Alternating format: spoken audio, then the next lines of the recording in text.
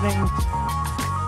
It's a pleasure to be with you today, and thank you to attend this meeting. And I hope that I will be able to bring you some insight of the Middle East.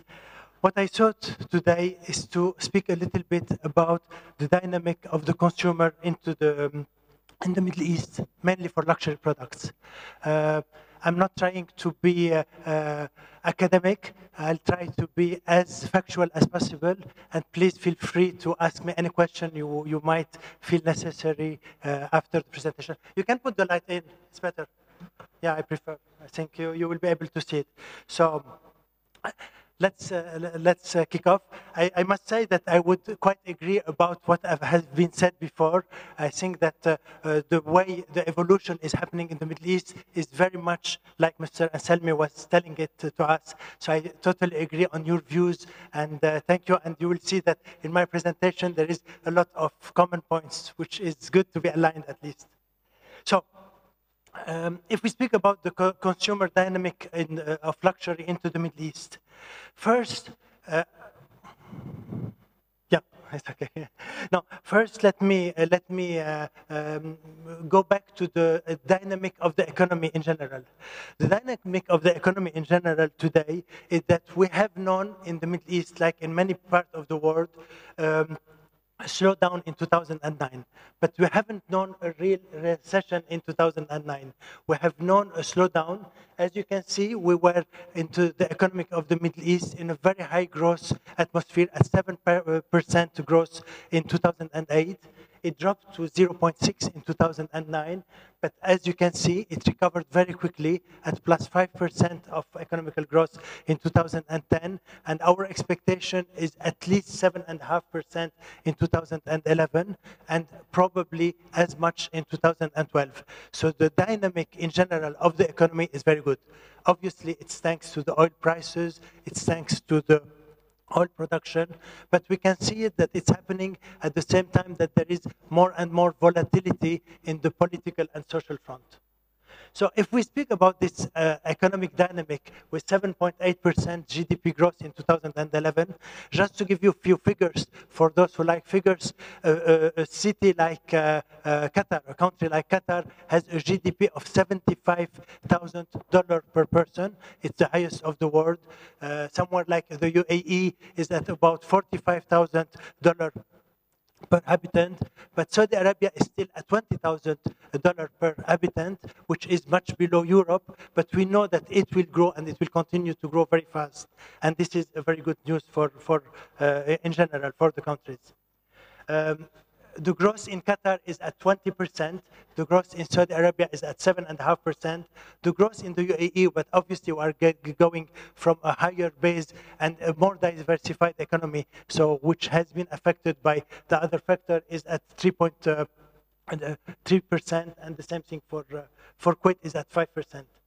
But in general, what we could say is that we have consumers which have high disposable income. We have consumers which have very strong purchase power, mainly when it becomes to the local consumers, not only to the expat population which is living, and mainly when I'm speaking about the Gulf in general.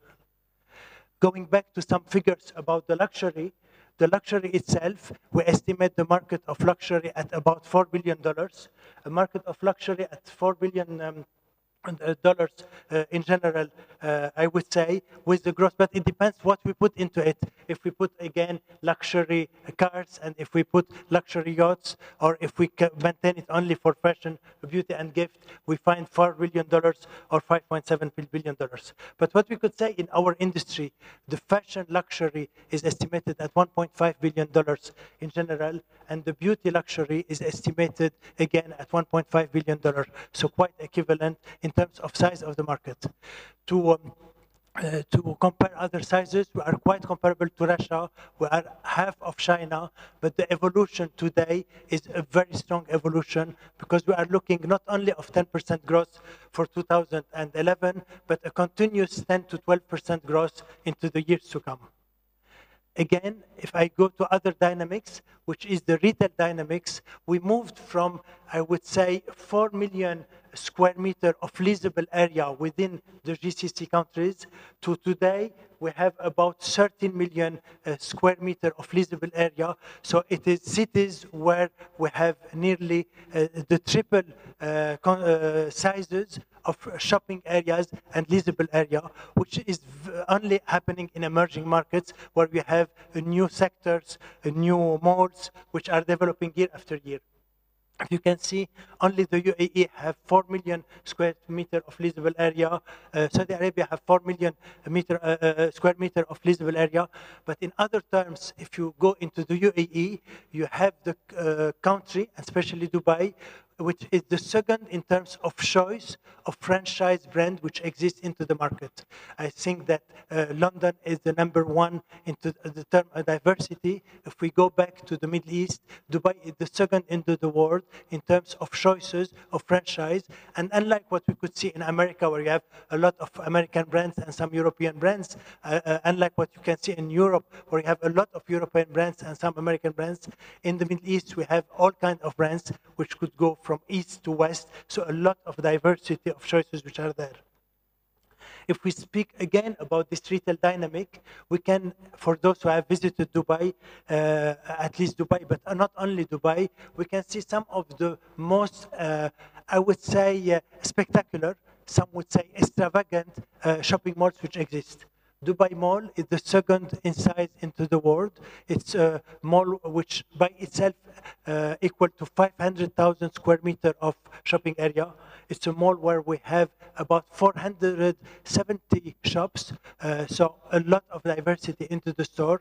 To visit a mall like Dubai, it's like visiting a small city like Dubai Mall. But it's one of its kind. For some of the brands which are into the mall, it's probably their fourth, their fifth, their third, their second store in terms of total sales which is done by square meter or in total. And I'm speaking about big luxury brand names which are there with a big evolution which is happening. When we speak again about other malls, Mall of the Emirates is another mall, 300,000 square meter of leasable area, again about 400 stores which exist. Quite interesting mall where you have in a smaller size mall but a lot of diversity and choice, really quite interesting to know. But if we go further than Dubai, because we all speak about Dubai, Dubai is today into the luxury world, one of the places into the world. What we can see is this evolution is happening in other countries into the Middle East. It's happening also in places like Kuwait, it's happening in Riyadh, it's happening in Abu Dhabi. So there is a lot of evolution. And I think that when we speak about this retail dynamic, we have to remember that the retail dynamic is not only centric to Dubai. Dubai is probably much more advanced than all the others, but we can feel it in other places. If some of you go to Riyadh, and I would invite you next time to have a meeting in Riyadh, not necessarily in Milan or in Dubai, you have again the spectacular building, the Kingdom, beautiful again shopping mall. Not as big in size, not as impressive. It's about 50,000 square meter of leasable area, about 120 stores, but quite impressive. If we go to Kuwait, with the avenues, we have a shopping mall which is in 3 phases. The next phase is for the luxury items. Here we are speaking about 250,000 square meter of leasable area. We'll be having about 300 stores which will exist. So again, a retail dynamic which not only exists, but also is in permanent evolution and quite a strong evolution. If I go to the social dynamic, and here again we will see some of the elements which are there. What is interesting into the Middle East? One, I would say, and I think the most important factor today is that we have a young population. A young population. Obviously, women has an increasing role into it, and perhaps I'm not presenting it enough into the population, but my wife is here to accompany me, which proves how much a woman is having an important place today into the Middle East. But the young are extremely important. If we speak about the population, the local population of the GCC countries, 50%, 50, is between 15 and 29 years old. 50% of those population are at an age where they have purchase power because they have it quite young, and they have a lot of aspiration, and therefore there is a whole new dynamic. We have seen this dynamic, how it has been expressed even, I would say, politically very recently, but this dynamic of the young population is only the beginning of the dynamic which could happen. If we speak about the population in general, we are speaking of a population at the large sense of 280 million people. 280 million is comparable to America, is comparable a little bit to large part of Europe. Obviously, in the 280 million, I'm including the Near East, Egypt, Iraq, and Iran. If I speak only of the GCC, we are only speaking about 40 million population. But at the same time, we are speaking of, and here perhaps my figures are not exactly the same, 4.5% birth rate. 4.5% is an absolute, is a very big figure. Only in Saudi Arabia, the birth rate is at 5.5%, which means for a population of 25 million in Saudi Arabia today, in 15 years' time, the population will be as big as in France at 60 million population, in a country where there will be an increasing wealth and increasing purchase power. It's to say the extent of what is to come, and again, with a whole dynamic, not only an economical dynamic and consumer of luxury brands, but also a social dynamic and a political dynamic, which will happen with this young population. Again, if I take another feature about our consumer dynamic, I would say, what is very important to remember is we have today, especially in the Gulf, a population which is addicted to shopping. In many countries, emerging countries, we can feel this addiction to shopping. In many places of the world, people are interested and very interested into sport. In many places in the world, people are interested in art, culture, in tourism, in going and sunbathing as well. In the Middle East, all this is happening, but the biggest interest, like I would say in places like China or other places in the world, is really shopping. Shopping by itself is extremely important, is the central part of the life. So if we add that the biggest activity, the biggest pleasure is shopping, and that there is a high purchase power, then we are having, I would say, today, a great market for the luxury products and for consumer in general. Shopping is an absolute integral part of the life.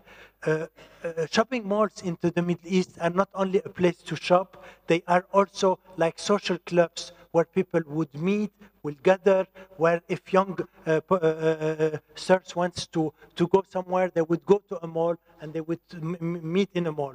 Shopping in the Middle East is not per necessity. Shopping in the Middle East is really a pleasure, and we speak a lot about retailtainment into the Middle East because it is this pleasure of shopping which makes it, again, a great dynamic into the Middle East. So, if I go back to those dynamics, we have a high disposable income, we have a young population in general, we have a strong purchasing power and a purchasing power which is developing, and we have people who are addicted to shopping. All this to say that we have a very favorable environment, and I hope that environment will help us a lot to evolve and continue growing the luxury products market into the Middle East. Now, if I go back to the consumer and the mindset of the consumer today, there is absolutely a shift into the mindset of the consumer.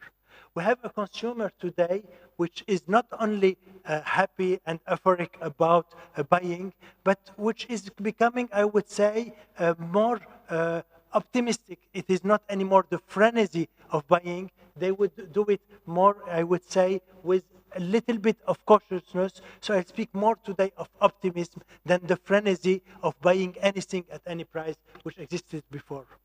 We were having a consumer which was and which is into certain market quite naive. But today, we are seeing a shift of the mentality.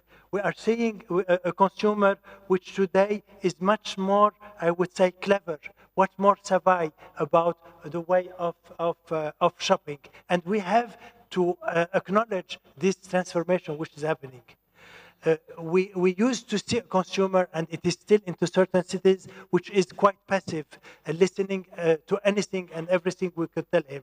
Today, we are seeing a changing mindset of the consumer, much more open up, much more educated, traveled much more, having watched the satellite or going into the internet. So much more confident than he has been everywhere, ever before.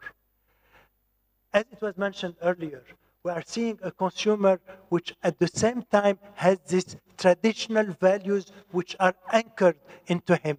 Traditional values doesn't mean fundamentalism. Traditional values is belief into some of the religion values, but it's belief also into some of the family values. It's a notion of a lot of respect. But at the same time, more and more, we have this willingness to have a personal style, to express it himself, particularly, I would say, about the woman and the woman we're talking about. We are seeing, I would say, a consumer which at the same time respect and still respect, be it a young consumer or a woman consumer, a lot of the social codes. But not only he would respect the social codes today, but at the same time, he wants to express his individuality. So what's different if we compare it to the customer in Europe is that it's not only a question of having his style or the expression of his personality or his individuality. It's at the same time respecting this tradition and these social codes in general. If I try again to review it in terms of branding, of product, the consumer in the Middle East is very attached to brands. Brands are very much reassuring. Brands are for him, and this is why we should make sure that we do not abuse of the confidence which the consumer is giving to the brands. So this attachment to the brand is not anymore to show the social symbol of the person. It's really because he is reassured because of the values and the codes which a brand will transmit. But at the same time, the consumer is very much looking at the products, not only at the brand, because it is the expression of his own personality and identity. So yes, he wants to be assured by the brand. Yes, it's somehow a reflection of his social symbol, but at the same time, he is looking for specific, for unique products which express his own personality. Obviously, when the more a brand is well known and recognized in the Gulf, the more he is recognized. But the more a product is unique, trendy, new, he is very much interested at the same time about it. So it's quite a shift compared to what was happening up till now before. If our group is making every year quite a lot of research and study, and probably it's extremely important for us because it helps us not only to know in a static way what is the market today, but also with this evolution and quick evolution, we have to maintain ourselves quite aware about the new dynamics which are there. In the recent study which we made last year, so in 2010, and when we went, and this study has been made with women, particularly women in the GCC countries, I would say today the importance of the brand, 75% of the people who were participating in the brand are still finding it very important to have visible and recognizable brand against only 20 which were to have visible brand and sometimes recognizable. So their expression of the brand is still and remains very, very important. But at the same time, people in the Middle East needs a little bit to be reassured, not only by the brands, but they are very much influenced by their family and friends. By their family and friends, because in order to purchase, the most important factor which will dictate what they will purchase is what will their friends recommend, what will their spouse, husband and wife recommend, what will their mother or siblings would recommend, I would say, which is extremely important, much more important in many cases than the media advertising which will be done or the or what it will be seen. So there is this importance of the family and friends acknowledgement about what is to be purchased. And at the same time, when people go shopping, they would rarely go alone. They will often go with their family and with their friend. Again, which is exactly what we were speaking about, the importance today of moving around when they go shopping, when they go to a store, when we have to make up certain store, we have always to take care that we have room to also receive family and friends, which will come and accompany the people who are purchasing. 70% of the consumers come and buy with their friends. 40% will come with their mother and sister most of the time.